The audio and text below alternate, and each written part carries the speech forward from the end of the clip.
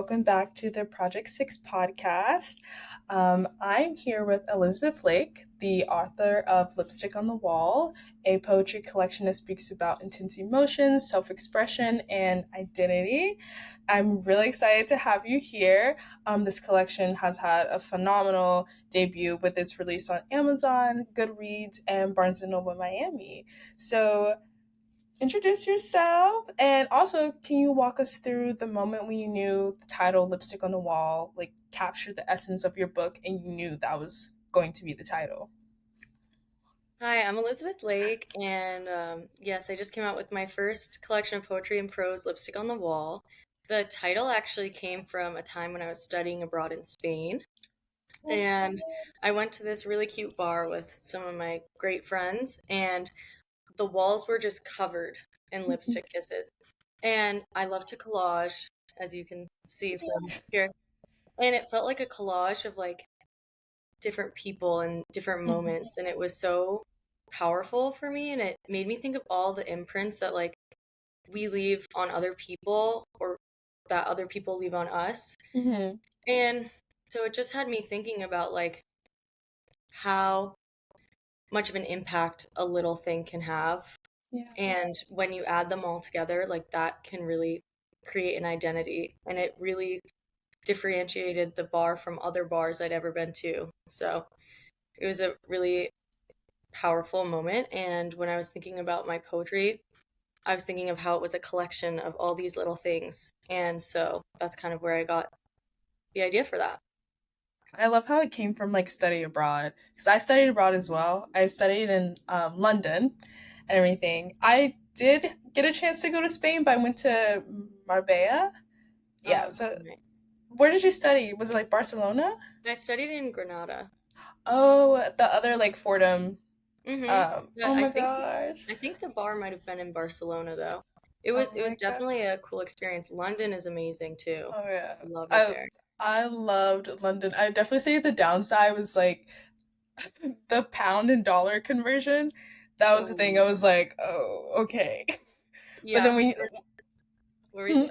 oh no, I was gonna say like but then when I went to like other countries like France and everything like had the euro, I was like, oh, this is easy. Like so much For better. sure. What inspired you to like organize the book? Because we talked about the title, but what inspired you um just regarding like the organization of it and the themes and yeah. So it was really hard for me to figure out how I wanted to organize this collection. Hmm. I have read so many poetry books that are like done in chunks that Yeah. I've Oh yeah, yeah. loved. Like, Hmm. for example, Pillow Thoughts by Courtney Peppernell. A lot of Hmm. those books are set up into like around three sections, and one's like, if you are heartbroken, if you are healing, if you are sad. And Oh then those yeah, poems like yeah. relate to those kind of like moments, which I Hmm. thought was so cool. And so I tried organizing this book like that originally, Yeah. and it did not work for me. I just really didn't feel like it like told the story I wanted it to tell.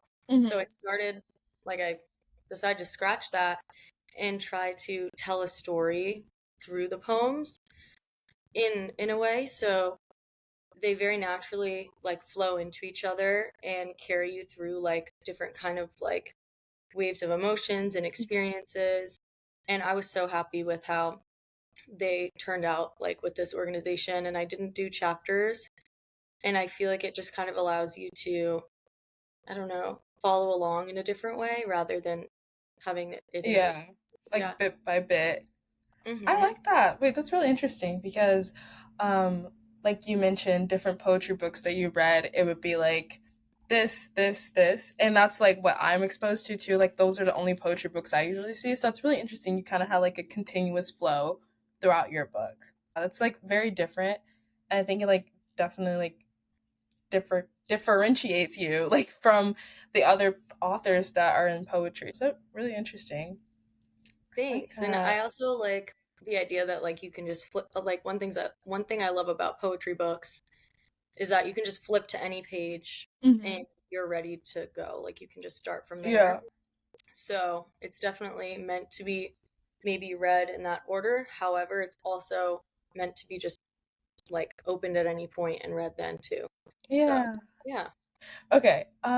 Talk us through your process, I guess, of crafting it. Like, do you draft freely? Do you look at like thematic connections? Do you like build each poem deliberately to fit the narrative? Or was it like just talk me about like how did these poems come to be while you were like writing this book? That is such a great question. Thank you. Um, so I'd say I pretty much draft freely. Poetry just comes to me when it does, and I write Hmm. it down. I started writing poetry when I was very young about everything, Yeah. just about anything. It was like about preserving these moments for me. Hmm. And so when it would come to me, I would just write it down, and that's what I still do.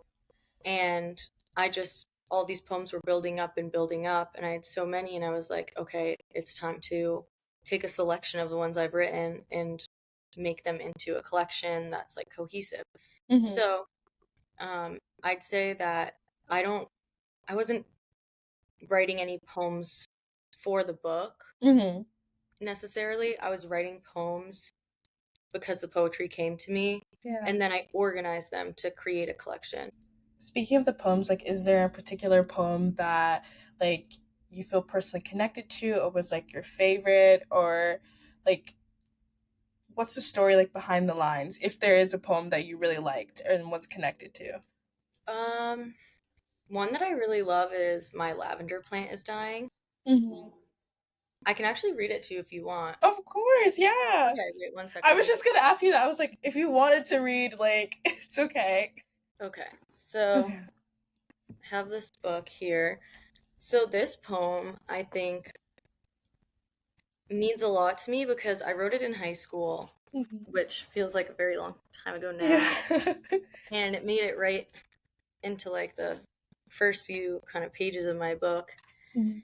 because it's had such an impact when people like look through my poetry. This one seems to always stick out for some reason. I feel like everyone can kind of relate to it and they like have their own situation that it makes sense for. And one of the things that I like absolutely love about poetry is that we can put pieces of ourselves in it, or Mhm. like it allows us to like insert ourselves, and I feel like this poem really lets people do that. So it's called My Lavender Plant is Dying, and it has this cute little illustration of lavender plant. All right. My lavender plant is dying. I can't be sure whether I've overwatered it or left it dehydrated for too long, because days come and go, and I am too focused on other things. So sometimes I dump water in the soil, hoping it will cling to life. But many others, I leave it to dry, worried I've soaked its soil too deep. Some stems are brown and tangled, others are green and burst with life, and I cannot tell what I have done wrong or right. Thank you. That was really good. You wrote that in high school? Yeah, so that was like, it was honestly so long ago. And one of the really cool things about this book is that I like in my acknowledgments mentioned like a high school English teacher. And I recently was able to go to the high school and they actually put my book in the library there, which was so That's sweet. crazy. Oh my gosh. And it was Wow. so nice to connect with that teacher because she had really helped me like go through and edit a Mhm. lot of my poetry that was like the manuscript for this book. Mhm. Um, so it's definitely been in the works for a long time, which is Wow. great. Oh my gosh, that's amazing. And like that's amazing that you kept up like that relationship and that connection with your high school teacher and then they just like put your book in the library. Like I'd be like, "Oh my god, guys." Like that's incredible. Wow. Yeah. Okay, so now we can move on to the themes of identity. Okay, so Lipstick on the Wall considers how small moments can be profound and have enduring effects. Is there any real life, like, lipstick moment that influenced your writing? Oh, for sure. There was a moment that began this whole book for me. So, Mhm. well, there's a few, but this one I'll talk about in particular. When I was in 6th grade, I had my first poem published in a book, and Wow. it was so impactful for me to see my like writing in Yeah. a real like hardcover book, and it was so just like empowering for me. I was like, this is what I want to do. I Oh, absolutely loved the feeling of that. I loved being able to share my work with other people. And I told myself, I was like, I'm going to write a book of poetry one day. And I did. It yeah. all came kind of there. I was like, I'm absolutely going to do this. And ever since then, I'd been working on it, and now it's here. Wow.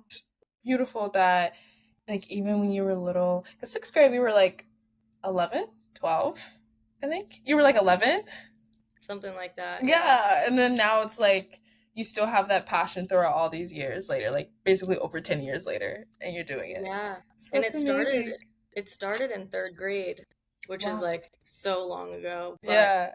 I had a third grade teacher who was very into poetry and Hmm. shared her love for that with our class, and then I latched onto it and loved it ever since then. So, yeah, definitely started a long time ago, and I'm so happy that like I am able to share it with the world now.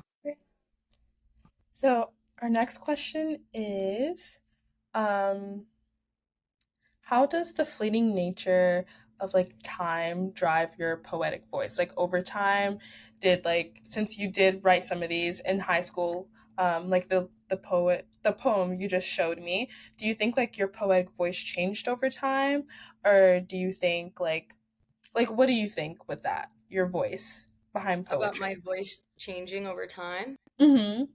So, Or like your writing style, anything like that? Yeah. so I think my writing style and maybe my voice have shifted as I've gotten older and taken more Mm-hmm. poetry classes and just read more and more. But I think it's been like a natural Yeah. progression. Um, but with time and fleeting moments, for sure, I feel like I just want to trap them like this. Yeah. And the cool thing about poetry is that it's like, it's not the same as taking a picture. It's like a painting in a way because it's not Yeah. going to be exact, but it's like what you see Mm-hmm. captured. So I feel like whatever voice or style I was using in that moment was the way that I saw it. Do you know what I mean? And Mm-hmm. it also like I don't know, relates to how I was able to kind of capture that moment or Yeah. feeling.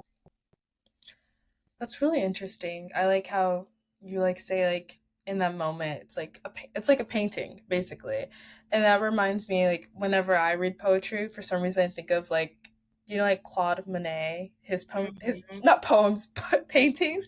Every time I like look like or read one and I'm like, okay, I just picture like a Claude Monet style painting in my head. I don't know why, but when you said that it just made me like think of that because I never really said that out loud as well. So it's really interesting. That's a really that's a really great like way to explain it Hmm. because it is like that. Yeah. Poetry is so cool because it allows you to kind of share what you see, like the way that you're seeing the world. It lets you Hmm. share that. So I also love that poetry just doesn't have rules the same way Yeah. that other types of writing do like Mhm. does.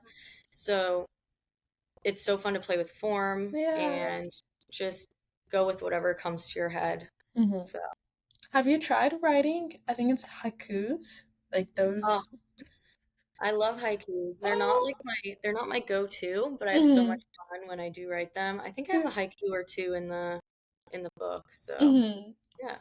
Yeah, I remember in like elementary school, I think we had to do like the syllables or something. So like, right. So that's cute. Okay, so now we're going to move on to our second to last category is publication and reception. So obviously, congratulations on launching your book. It launched on Amazon as well as Goodreads. Is there like a reader like reaction or review that really like surprised you or made you realize like, oh my gosh, like and like inspired you to keep going and any things like that? Yeah. Um, I don't have like a particular review that Mm-hmm. stands out to me, but I do think something that really like matters so much to me is when people tell me like, "Oh, when I read this poem, it made me think of this time in my life when I was going through this," or it really reminded me of this. Like, was that what you Mhm. had in mind when you wrote it? When people like have like something that it brings about for them, it's interesting sometimes how different it is from what I was going through when I wrote it. And Mhm. I think so, like I said earlier, I think it's so cool when people are able to like insert themselves into poetry and use it to process what they've been through or what they are going through. Um, and like I had such an amazing time at the book launch in Barnes and Yeah. Noble and then in Seaport, and I also like have some more events that hopefully will be coming out like out Mhm. there soon. Yeah. But it's been like so much fun being able to share it with the world, and to see it on shelves has been really fun too.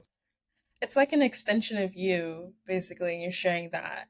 That was also going to my next question of like when you launched at Barnes and Noble, like what was like the real time energy? Like were you just like, wow, like this is incredible. Like everyone came to like see me, see this book. Like what were you feeling like in that exact moment?